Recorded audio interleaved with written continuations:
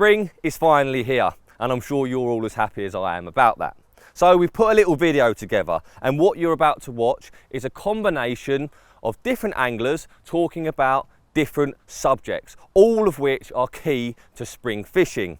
The idea behind it is quite simple. We want you to watch the film, learn a few things along the way, and then catch carp off the back of it.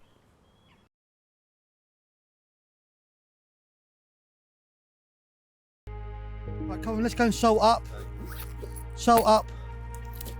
This will be interesting for people. Oh, did you see that? 2 weeks roughly to break down. So you've got to work it all out. See, most people just go, ah!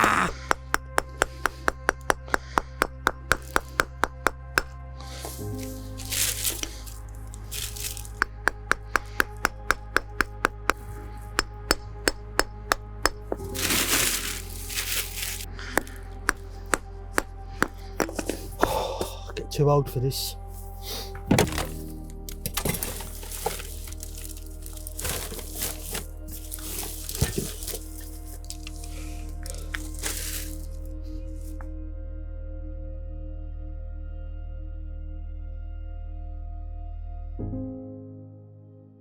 You know what, that does my bloody head in. You do the worst thing, you bag it and dump it.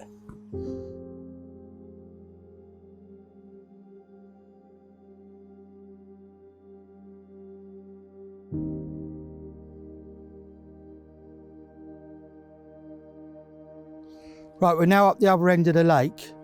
This is a big shallow like plateau, and they love it. In this corner, I'll take you to Ibiza Beach in a minute, where the nudists go and swimmers and stuff.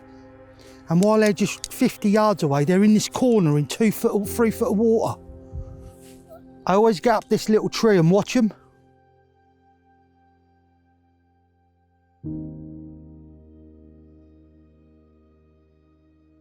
Well, this is Ibiza Beach, and obviously the council, to stop all the people partying here, I put these bushes here, but they'll just pull this all out.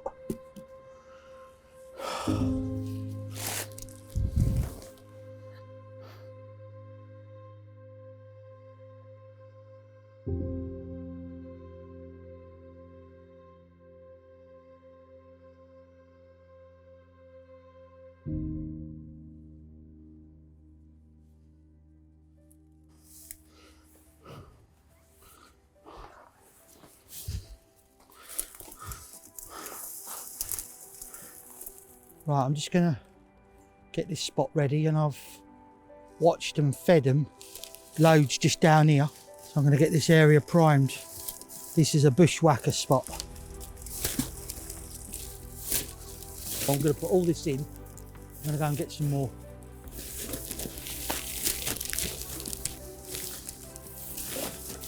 And you wanna do it where others ain't gonna see it as well. Like, that's a good 10, 12 foot down there. So where you go about people saying it costs money to bait up, this doesn't. Because 25 kilo of salt is 20 quid delivered. Bang on.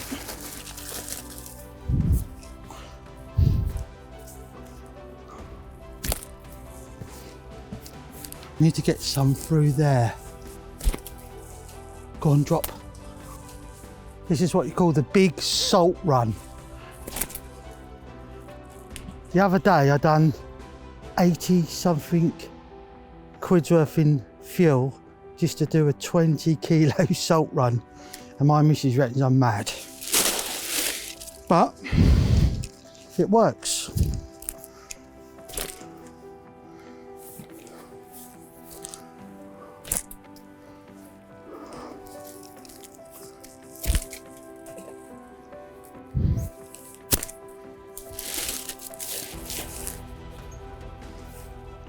Right, I've got one other spot, so should we get out of here?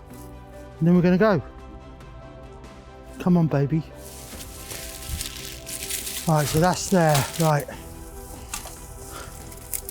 The spot we're now going to put some loveliness on is a spot I videoed, one called like the Black Mirror. It's awesome. Don't think it came out last year.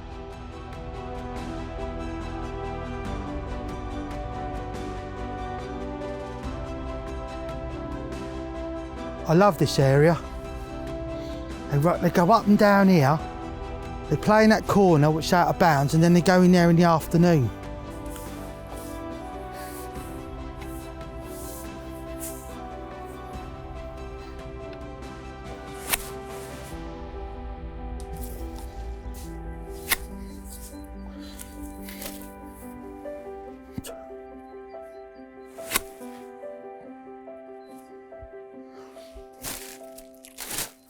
Yeah, I got one for you here.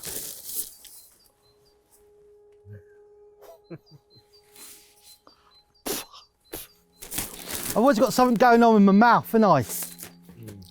It's weird, isn't it? Come on, Elliot.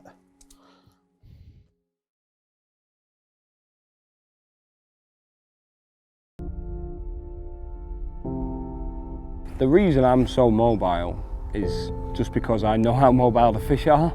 You know, that's quite an easy sort of speaks for itself.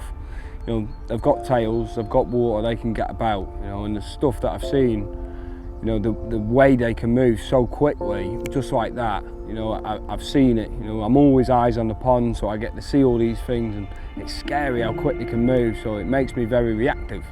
But I'm guessing mainly it's, you know, I see fishing like hunting. I've got a lot of energy. You know, you've got to go and hunt them fish down. You know, if you're going out hunting, like shooting or whatever, you know, you don't just sit there and wait for the bird or whatever to fly into the lens. You know, you're moving for them, you know, or you're chasing them, you're working the bushes, you're sending the dogs in, you know.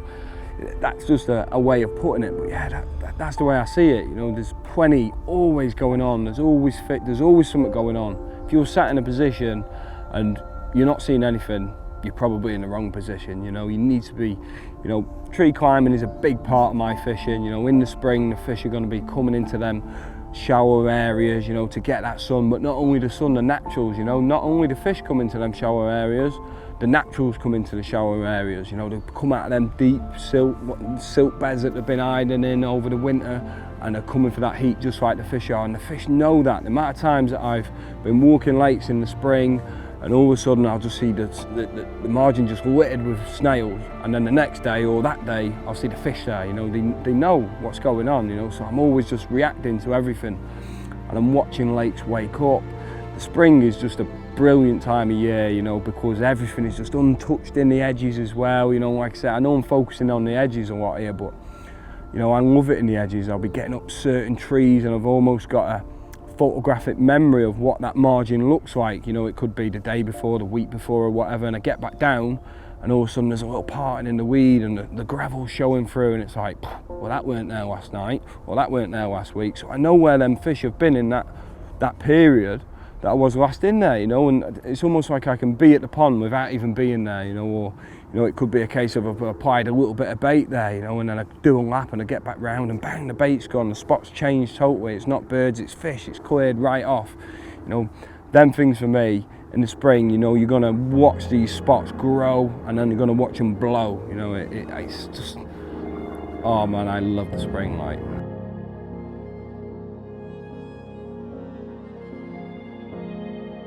I love finding and watching fish just as much as catching them, really. That's the battle. I think, you know, I think catching them can be the easy part. Finding them is definitely the hard part. You know, sort of, I think I've learned by a lot of mistakes in the past of, you know, where I've got it wrong. But it's all about that. It's the getting it wrong to then getting it right. You know, I feel like I always put in the right approach now once I've found them. But it's all about finding them, and the better I've become over the years, you know, I sort of find them in certain areas, and it's allowed me to be able to single out and target certain fish.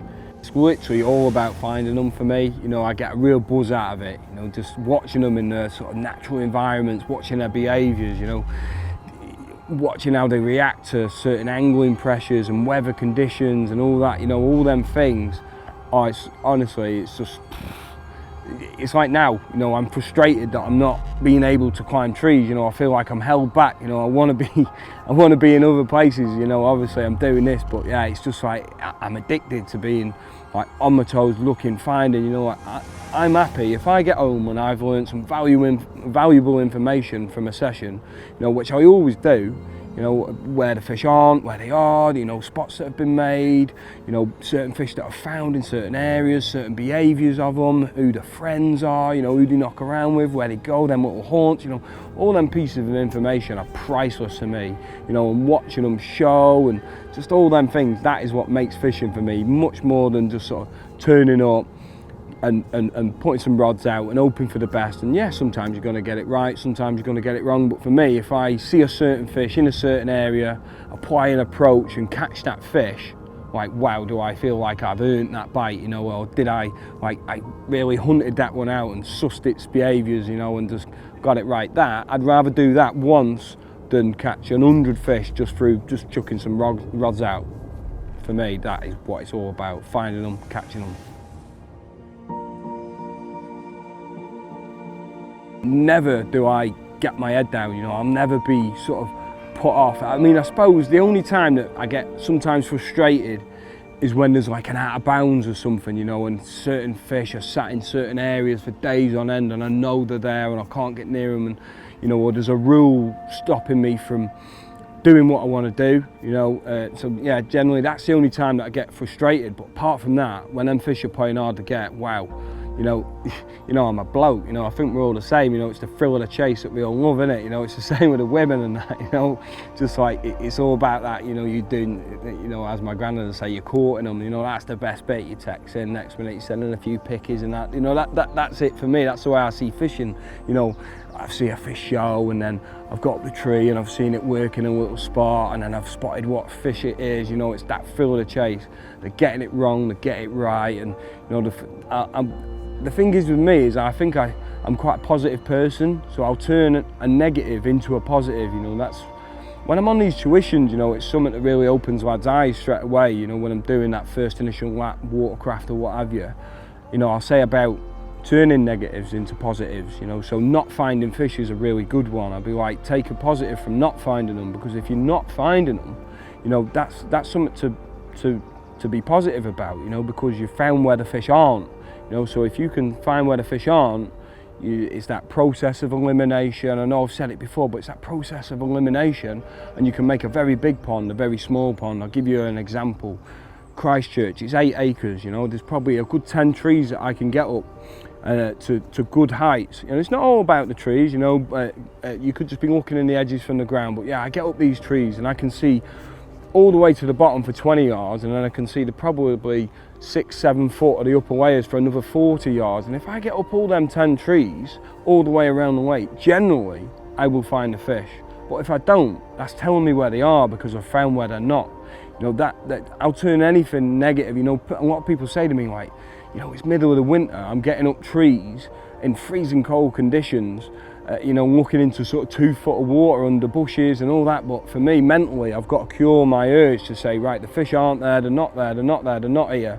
Right, they're out there, or they could be here, they could be there, you know, and I'm going to focus attention into them areas, you know. I'll never be swayed by anything, you know, to get my head down. I'll always be all guns blazing.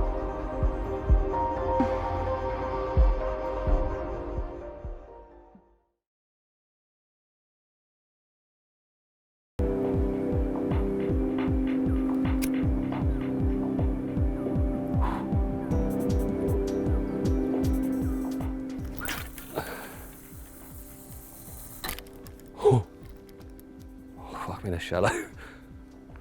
I got to the cliff easy enough, Jesus. 9 times out of 10, when I cast 3 rods to an area, for example, the bar that I have cast to today, I would have the same hook baits on all 3 rods, and 99% of the time, you're talking 3 squid goo pop-ups. On this occasion, I've gone for a pink squid goo on one rod, a yellow pineapple hell on another one, and then a food bait cork ball on the other. So 3 different hook baits, and the reason I've done that is because the water is so clear. 90% of the time when I go fishing, the lakes I'm casting into, the water isn't as gin clear as this, and I think in those situations, something that really smells and does stand out, you know, the bright pink and that really smelly squid goo, that's the hook bait I want out there. On this occasion, it is so clear that even my food bait pop-up is going to stand out like a sore thumb. I know that those carp are going to have no trouble seeing that whatsoever. And in these situations where colour can make a big difference, they have eyesight on their side on a lake like this, starting with 3 different hook baits can be a good idea. So that's what I've gone for. Just perfecting my curve, checking it, give it a little once over, and then this will be 3 rods in the game.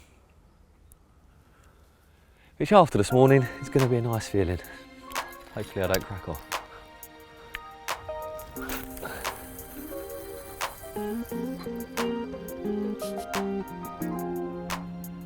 Right, they're right out there in the mix, like on top of that bar. And although there's a lot of fish cruising around mid-water, I think I've got a real good chance on one of them rods. I think it's quite deep, this lake, 10, 12 foot. So without fishing on that bar, it's zig territory. Stokes has got 3 zigs out, so I've got 3 on the deck. Teamwork, this is. It's not a competition until someone catches one. If he does, I'll sheep him up heavily. I've got my zig kit in the car, adjustables ready and waiting. But for now, we're sticking to the bar.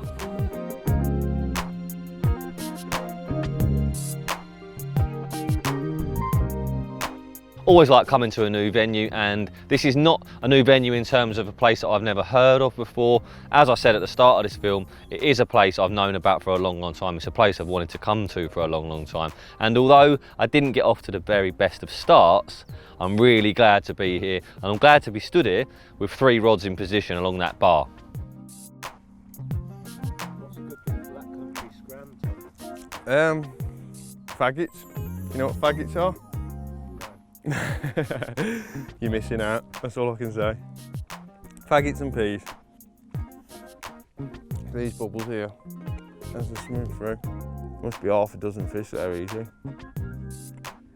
To be totally honest, zig fishing isn't something I do an awful lot of.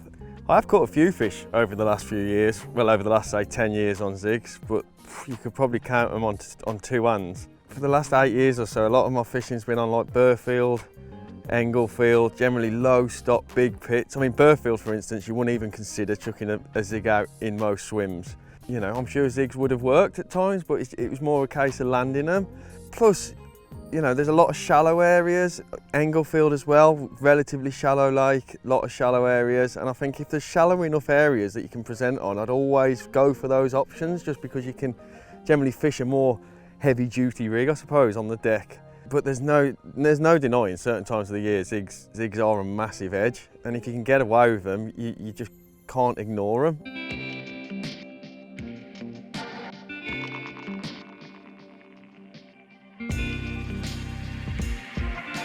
So many times when I turn up at a new lake, I've got chod rigs on, and I nearly always end up cutting them straight off. But on this occasion, I haven't had to do that. And even though there is a big gravel bar out there, there is every chance at this time of year you're going to get fresh weed growth. You know, I knew there was carp there, and the last thing you want to have to do is start leading around and bashing the swim up. So the chod rig is the perfect option, not just on a lake you've not been to before, but when casting into areas where you simply don't know what you're going to land on. Yes, I knew there was a bar out there, and yes, I was of the opinion that I was going to land on hard, clean ground, but that may not be the case. Now, I haven't reeled the rods in yet, and just because I've had a hard drop on them, it doesn't mean there isn't silkweed all over the place. The bottom line is, when you're fishing with chods, 99.9% of the time, you're fishing effectively. Right, that was sweet. One out on the old bar. First rod, my yellow one. 2 to go.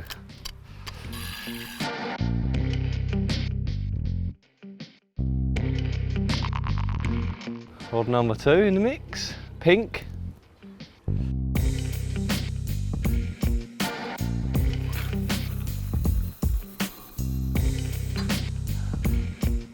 And that is 3. We're out there this morning, and if they turn back up tomorrow, they're not just going to find these 3 hook baits, they're going to find a bit of grub as well, because I am going to put bait out. Apparently 3 fish got caught the weekend by a guy, and I think he put 4 key of bait out. You know, so he's put a bit of grub out there. I'm slightly concerned about all the birds.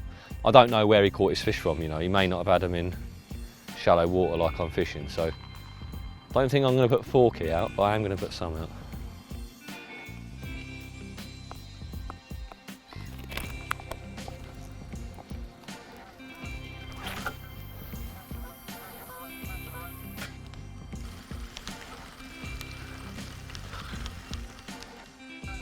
Right, so my original plan was to spawn bait out there, because normally you can't use a throwing stick because of the seagulls, and actually this bait's quite soft, so I do have trouble getting it out on a stick at range. But Dave's in me here, come on, give it a go, give it a go, give it a go. You know you'd rather fish with a throwing stick, which I would. Sure enough, got me bait out. It's going out there a dream in the stick. And so I've put my spom out there to use as a bit of a distance marker, and it is also keeping the gulls at bay because the green braid is on the surface and they don't like that at all, so it's doing 2 jobs. Just recheck it every now and then, 'cause it does drift obviously, but at the minute I'm putting a lovely pepper of boilies out over that centre bar. And as Dave said to me, I would much rather fish this way than over spotted bait. You know, when you're chod fishing, you want that spread, which nowadays is hard to come by. And I'm quite glad that we're achieving that right now. Just going to re-ping this. I'll just crank this in. Spom's drifting, you see, so rather than let it drift too far right, I'm just going to re-chuck it straight down the centre of the spot, and then I can put bait either side of it. And the birds ain't going to come anywhere near me. Come on, up you come. Why is it doing that, diving under? Right, just a few baits in the spom. 2, 3, 4, 5. Just enough to get out there. Right, and if I just fire this out there.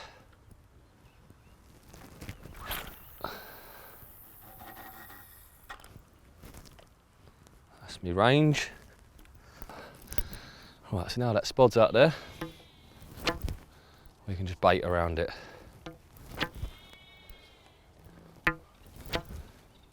Like a marker float that scares seagulls away at the same time. How about that?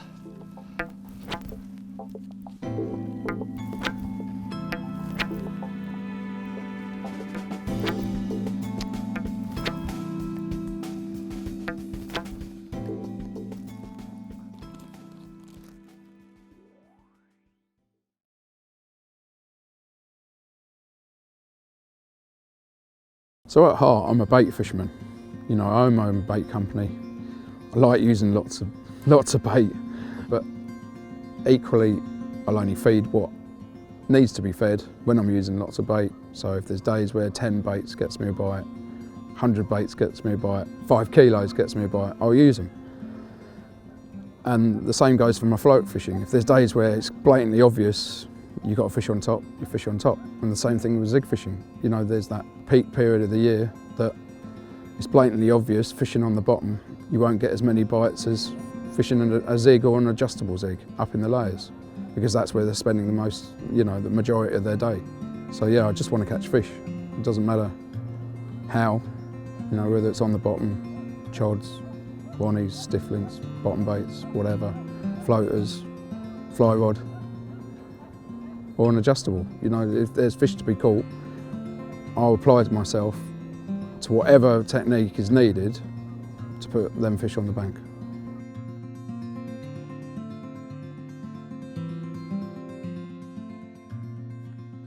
I think the main reason zig fishing isn't as popular is because of the amount of effort involved. It's very much like floater fishing. You know, on a good floater fishing day, it's mega when the birds leave you alone or whatever, but the same can be said with the zigs. Like, you have to work at them, and you're constantly either changing hook baits, depths, areas. You know, at this time of year, coming into April, the fish is really just waking up, motoring around the pond. Like, they'll be holding areas, but then they'll also move, and you've got to stay on them. But even if you're on them, it doesn't mean to say you're going to catch them. Same as if you're fishing on the bottom. At the end of the day, if you've got your rig in the wrong place, you're not going to get the bite. But with the zigs, it really can. It can be the difference of 6 inches depth-wise in the water column. You know, on shallower lakes, certainly 6 inches, on deeper lakes, a foot, between actually getting a bite and not getting a bite. And then even if you have got it in the right spot, the right depth, your hook bait colour or your hook bait choice might not be right. So there's so many different variables to make zig fishing quite tricky, and that's where I guess it can be associated to floater fishing, because you're up against everything when you're floater fishing. Every animal, bird, as soon as you start firing out those mixes, they're on you. And like today we've even had where I've put my zig out and left the hook bait on the surface for too long. The seagulls have seen it and they've come down and nailed it. So it can be tricky at times, but when you have it off, when you find the depth, when you find your hook bait, then there's, you know, you definitely put extra fish on the bank that you wouldn't have put on the bank had I had 3 bottom bait rigs out there.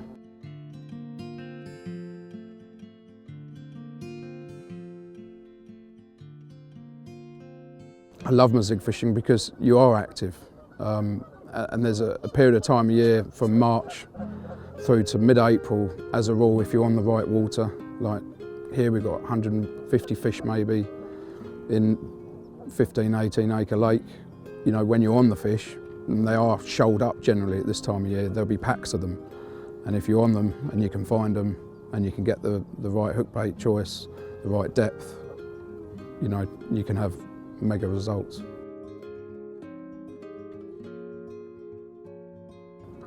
The zigs can work at all times of year, but there's particular periods of the year that you just know it's zig time. And one of them is definitely when the rape goes into bloom. The hawthorns go into bloom. Every year there seems to be a little magical spell, 2 to 3 weeks, that if you're going to catch them on zigs, it'll be then, because I guess all the natural hatches start to come up and the water temperatures have come up, the daylight hours have increased. As soon as those clocks go forward, really, there's generally a real peak period in the zigs. And on the Essex Manor, it was definitely mid-March to mid-April. Every year, that was the time to be on adjustables. Yes, they'd still feed at night, first thing in the morning, but there were periods where those fish, because of the pressure on that lake, you know, 10 anglers on, those fish would just literally swim up and down the middle of the pond, and at the depths where they feel comfortable and no one can get to them. And that's where the adjustables really come into their own. It is important to keep active and don't get too complacent, because, you know, one day is not the same as the next. I mean, I was here 3 weeks ago and my first cast, first bite, 48 pounder. I mean, you know, and maybe even after that point, maybe I got a bit complacent, but I had lots of occurrences that day. So I actually had an occurrence 2 hours before I got the bite, and that sort of told me that I was roughly in the right zone. And then for 2 hours I was moving them up and down within a foot or so of that depth, and then got the bite. And I had quite a few aborted bites, I'd say, after that bite as well throughout the day. But then I came back, this is my 3rd session of the year, and last week it was just too windy, nothing was working last week. But then this week I've come back and I'm trying to do the same thing again, and it's not working. Now we know there's fish out there, you know, we're trying everything at the moment, but it's like, it's no guarantee in anything in life, and let alone with the zig fishing, you know, one colour one day, another colour another day. So my favourite colour, my solar flares, yellow, sort of a sunset yellow. They're always my first choice. I'll certainly have 2 out of 3 rods on them. And if, say, the black goes, then I'll move 2 over to black. And if the black keeps going, then, but normally my yellow does get me bites when the others maybe wouldn't. The thing with the yellow is a lot of people think they stand out. Now, yes, they do stand out to an extent, but yellow's actually on the colour spectrum right next to green. And basically from a distance, yellow doesn't really stand out. But when you get up close to it, all of a sudden it's there. And I think with a carp, a lot of things with carp fishing is they're animals at the end of the day. It's instinct. They see it and they're like, what's that? I'll have that. and then before they know it, they've picked it up. And whereas with the black bait, they can see it from a lot further away, and therefore they've got time to decide whether they want to take it or not. And I think, don't get me wrong, black and yellow are my first two. Brown has done me well over the years. Red in some instances, pink for yourself. White I've never really been that much of a fan of, but yeah, you just got to keep ringing the changes and find the one that works. Like there's fly hatch going on now, like find the one that works on any given day.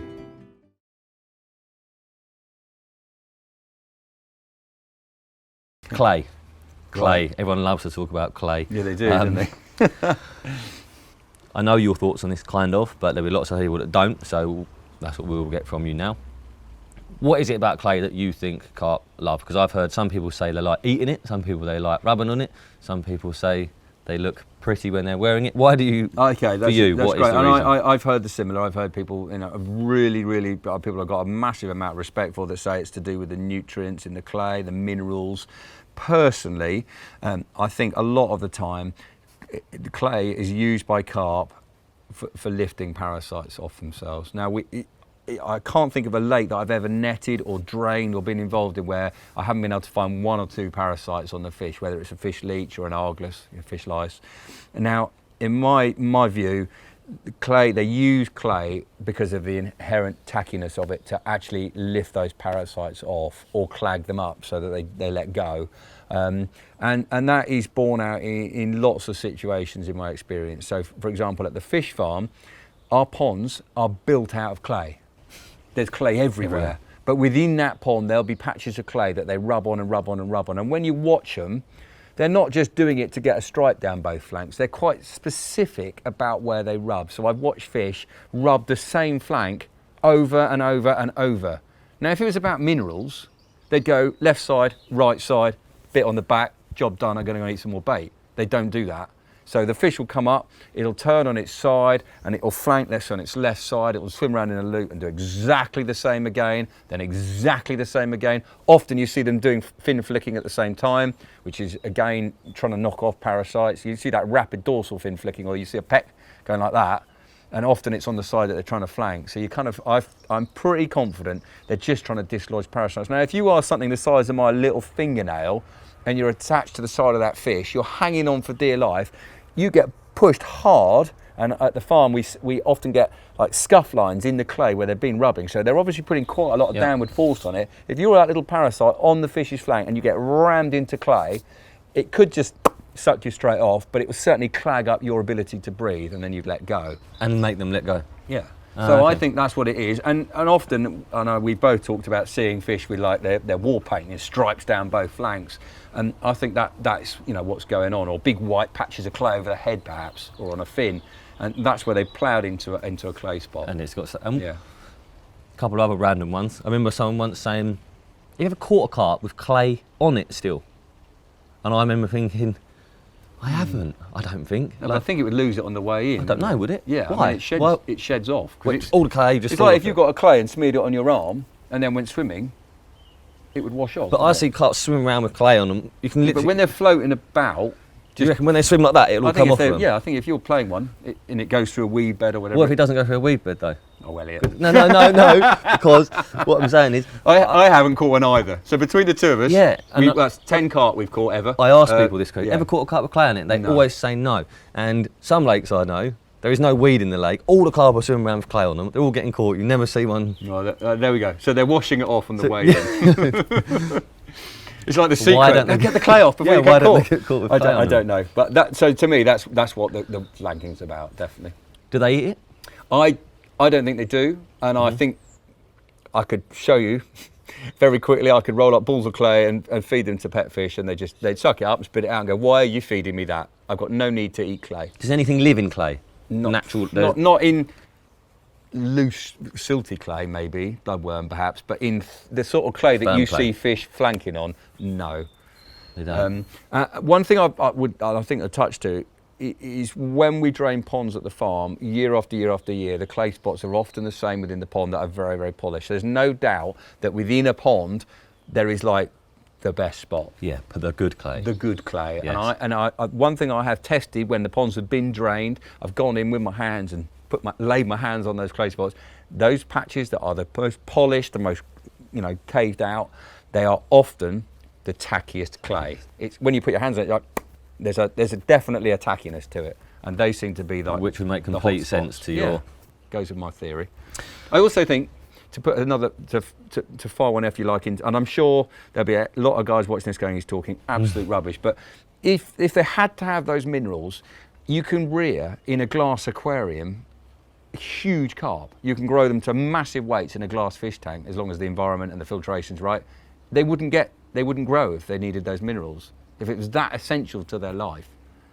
They would never, you know, there's lots of gravel pits with no clay. There's Scottish lakes with, you know, no clay. There are lots of examples, sand pits where there is no clay. No clay, yeah. No silty mere with no clay. Yeah. Yes, they love it if they can find it, but which goes on to my next question. So, there can be lots of clay and lots of lakes around the country. Lots of people watching this probably now thinking, I need to find the where clay. do I find the clay? So, without making too much of a generalisation, because you could find it anywhere on any lake.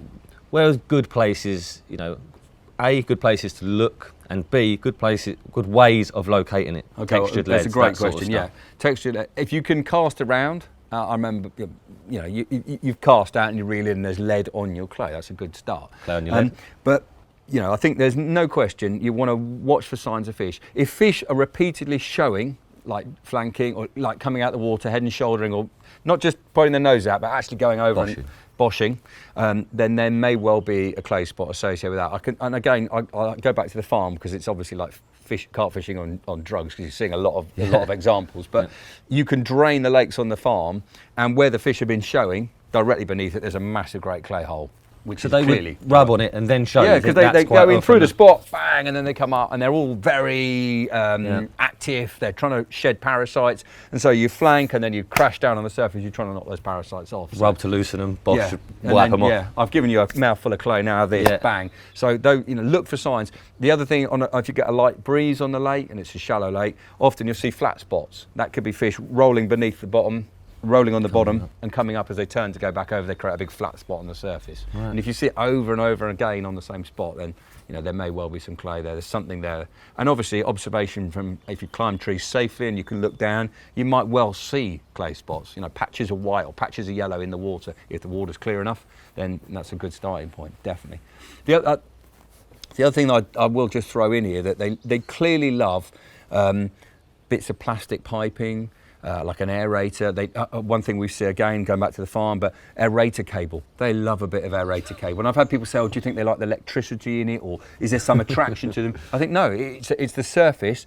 That surface, when it's under the water, has got a slightly abrasive feel to it. They can flank on it, and that just be enough to knock off the parasites. It's the classic branch, isn't it? Yeah. You look at a spot, you think, what's that big yellow spot? You look down, there's a branch laying across the bottom. Yeah, which is completely cratered out. And it's not because they might feed round it, but they're not. That was formed because there was a branch there that is just the right texture to rub on. Yeah.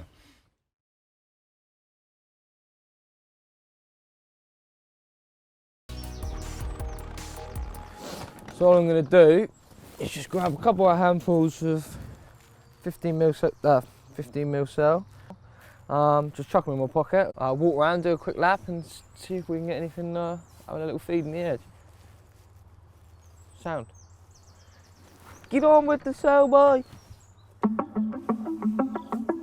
Yeah, so because I fish weekends, normally when I get here on a Friday, I haven't really got the time to go stalking because I need to get my rods out, bait out and everything sorted for the night, and I want to find them as well. So I normally walk around, whilst I'm wandering around looking for a swim, I normally put a bit of bait in then, and then when I've found my swim, I'll normally, at this time of year when it is good for a bit like stalking and good for a lot of opportunities in the edge, I'll go, once I've found my swim, I'll set up, then I'll do a quick lap, check all the spots, see if there's any bait gone.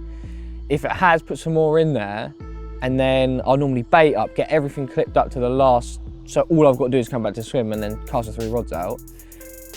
And then if there is a chance, I'll go and have a go before it gets dark, but if not, then I'll bait it on the Friday, once or twice, and then just keep baiting it Saturday, and then spend all day Saturday wandering around, see if I can catch one, and then do the same thing on a Sunday, depending on what time I'm off. But I don't really, I don't do a lot. I don't know, saying that though, obviously I haven't really done a lot of stalking since the summer, and it's now spring, like obviously the next spring. But then last spring I did do loads of afternoons after work, because I literally I can drive past here and drive past my other syndicate to go home. So I was doing midweek, just like pulling in on the Wednesday night when if I finish work and it's like baking hot sunshine and I know they're going to be down in the bottom corner, I'll just pull in there. So I was baiting that actually during the week, but I haven't done it yet this spring. But I've only done a bit of edge fishing a couple of times so far. They tend to just spend loads of time along this tree line here. One thing I have learnt about that tree line as well is they come in this top end here and then they leave out the bottom, like the big hole down the end. But then that's one thing I have learnt with stalking as well. Basically anywhere you stalk, if you can work out where they come out, you can catch more than you can keep catching off it, if you know what I mean. If you catch them as they come in, or if you catch them where they sit in the trees, you'll normally just spook the whole lot when you catch one. Whereas if you can get them, if you watch where they come in and swim all the way, follow them all the way down, and where they pop out of the trees, where you can catch them, where they still think they're a bit safe, they're on the edge of the trees, but you'll catch them and they won't spook the rest of them. Whereas if you catch them as they come in with all the other ones and you make them stop there, or you catch them where they're sat just in the back of the trees, they'll just spook the whole lot. Which sometimes isn't a bad, if there's not loads of them, it doesn't really matter, do you know what I mean? If it's just like one quick opportunity, you catch one and you're going to go. But if you've got the time that you can sit there all day, you've got a good chance of getting a couple of bites off that spot rather than just one. There's one just showed right there.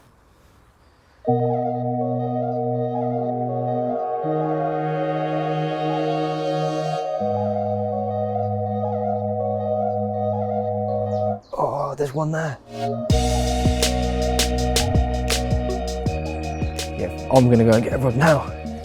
There's a big group of them sat here. There's fish literally cruising over where I fish them all the time. So I was gonna run back to the van now, get a rod, and I'll just come straight in here.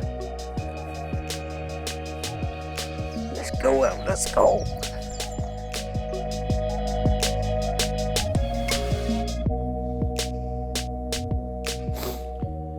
Well, I'm just going to go back to this. This is like, I would normally use half a 15 miller for stalking, like literally that in half.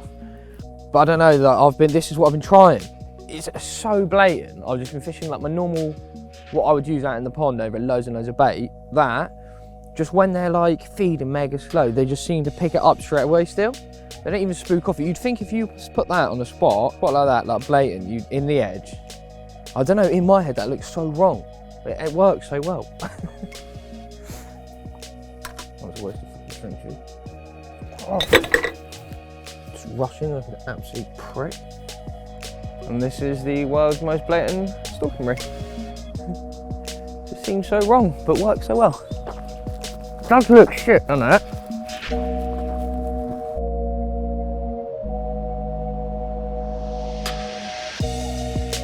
With my baiting, I tend to just crumb boilie, that's it. Not like crumb it right out so it's crumb, but like break it into halves and quarters and like little bits. I don't know, see that came from them being a bit more on edge though. I didn't want to mix like hemp, corn, boilie, like an average sort of spod mix. I didn't want to put that on the spot because then they've got so much to pick from and they can be there for ages. I wanted to get quick bites out the edge as well. That's why I literally used like a handful of crumb boilie, which is like nothing. I will keep topping it up if they keep coming and feeding, obviously, but I just stick to boilie, that's all I do, and then I normally would fish, half a boilie over the top, just broken in half, but obviously, like I said earlier, depending on the day and how they're acting, you can adapt what you're doing and how you're doing it to that. So I've just seen quite a good one shot there, and then one tiny little one swum through here, it's like £3. It's got to be one that's grown on in there. I caught it last year from over that way somewhere. But I'll tell you a weird story about it. I seen it last week as well. I've never seen it in the edge. And none of us knew it was in here until I caught it from in the woods. And none of us had even seen it in the edge. But last weekend I seen it as well. Right down the other end, it was like stuck. You know, like you get the shark, those little fish that stick to the sharks in the sea. So this little tiny comet is literally about, I think it was 3 pounds, thanks. I think we weighed it, and it was like stuck just like that up alongside this bigger comet. It's the other comet was probably like 28, 30 pounds, something like that. But it was just stuck to it the whole time, just didn't leave its side. And I'm adamant that's got to be why it's never been eaten by a pike. There's loads of jacks in it. That's why nothing's ever really grown on. I reckon he's just been stuck to the side of a 28 pounder his whole life. He was by himself then though. If we go around and just keep baiting spots and just keep walking round and round and baiting the same spots, so like, because the birds, I'm pretty sure the birds will clear a few of the spots, so it's one of those. I'll just keep walking, keep baiting until I either come across a group of fish they're feeding, or it keeps disappearing, but there doesn't seem to be any birds about, and then I'll sort of focus my attention on that. Well, yeah, we've seen a few come in, and a couple have had a little go, but mate over there doesn't really want us to fish in there apparently. Oh look at this one now. He's not actually gonna, I don't think he's gonna feed, but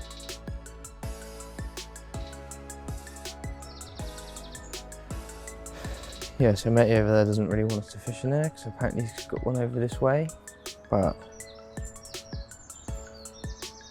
he hasn't, because I watched him cast his rods out and I went around there and looked a minute ago. But out of respect, mate, I won't do it if he doesn't want me to do it. Apart from if he goes home for a shower, I would definitely do it.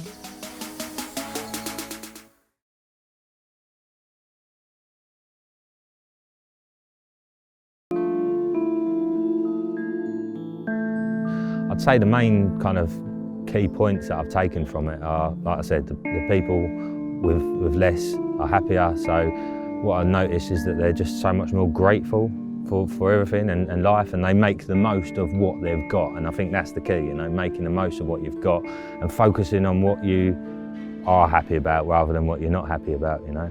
And that is, well, there's various different things that I've learned over the years, which I've almost had to remind myself the last 6 months. The power of positivity is, you know, is so enriching to your life, and obviously the opposite with negativity, you know. It's all about focusing on what you want, not focusing on what you don't want, and also not holding on to stuff as well, you know. People who've had like arguments years ago and they're still like venomously swearing about that person when they talk about it, that's really unhealthy, you know, because it's only you that's suffering from it, you know. If you're holding on to all that negative energy, then ultimately you're not going to be as happy as you could be. You know what I mean? I went to this talk actually donkeys years ago, and it was like ancient Buddhist teachings in a modern world or something like that.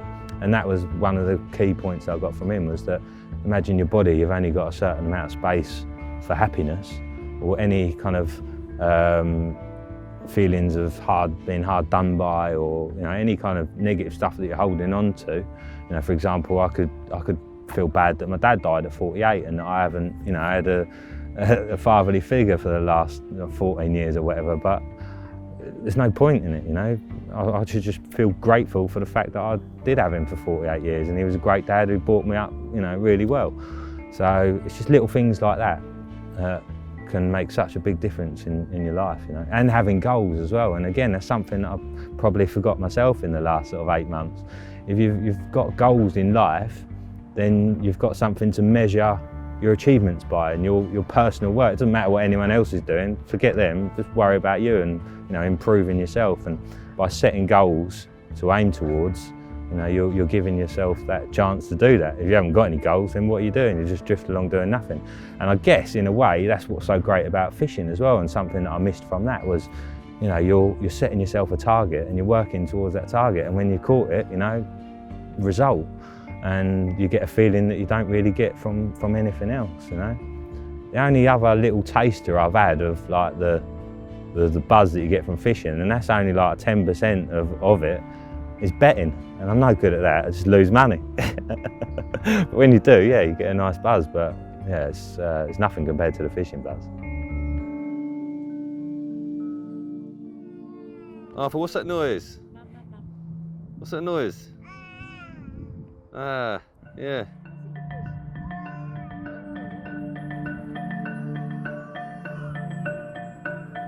Hello, hello, hello.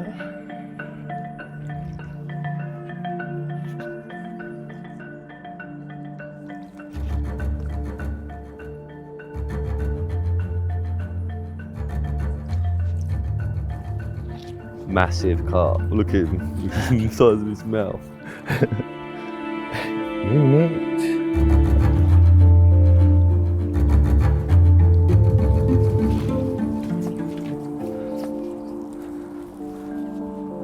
How heavy out of 5 would you say it was?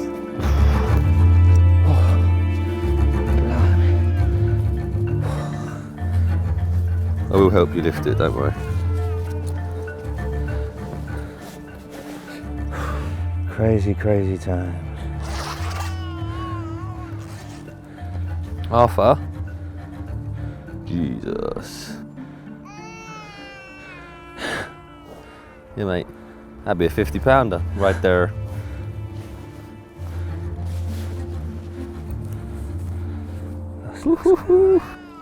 Mate, massive. Looks, oh, it's massive, mate. Mate, it looks huge. What do you reckon to that, Arthur? Yeah? He sounds impressed, doesn't he? He wants to be impressed and all. I can't have him growing up not appreciating a carp or two. Whoosh. Right. Oh, my back's already starting to hurt. Come on, Joe, we've got no time for that. Right. You're going to have to, You won't be able you're to gonna do have it to cool it. You're Yeah, never going to yeah, be able to yeah. do it on that. You need a bar, surely. Yeah, no, of course. Right, okay. Hurry up, It's though. 51, just over 51. Really? It's not going to be steady enough to actually, it's not going to be steady enough to 51. It's like £51, mate. You might, if you want to settle it properly, I'd get a bar on that. Well, I'm not that fussed about ounces, but it's over 51, yeah? Alright, should we put a bar for it? Let's get it dead steady, yeah? Or I'll just hold it up and you can make your mind up. Do you want me to hold it for a sec? Go on, yeah. You can read it? Yeah. Hang on. 51.4.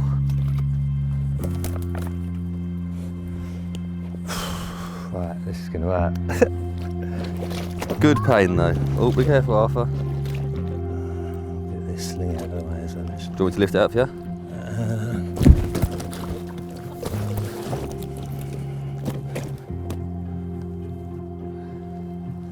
Hoisting up, no, I'm joking. Oh, you alright, yeah? Right, calm down, mate. The big girl, whatever your name is. Name it Barry. Should be like a cluster or something, really. No, shouldn't she it? ain't got a name. Lovely little cluster of scales there. There's a black triangle there. A couple of old line scars. Bermuda, nice one, Jim. Corking tail. Look at that. Proper old Jim's tail. got all the names going on here.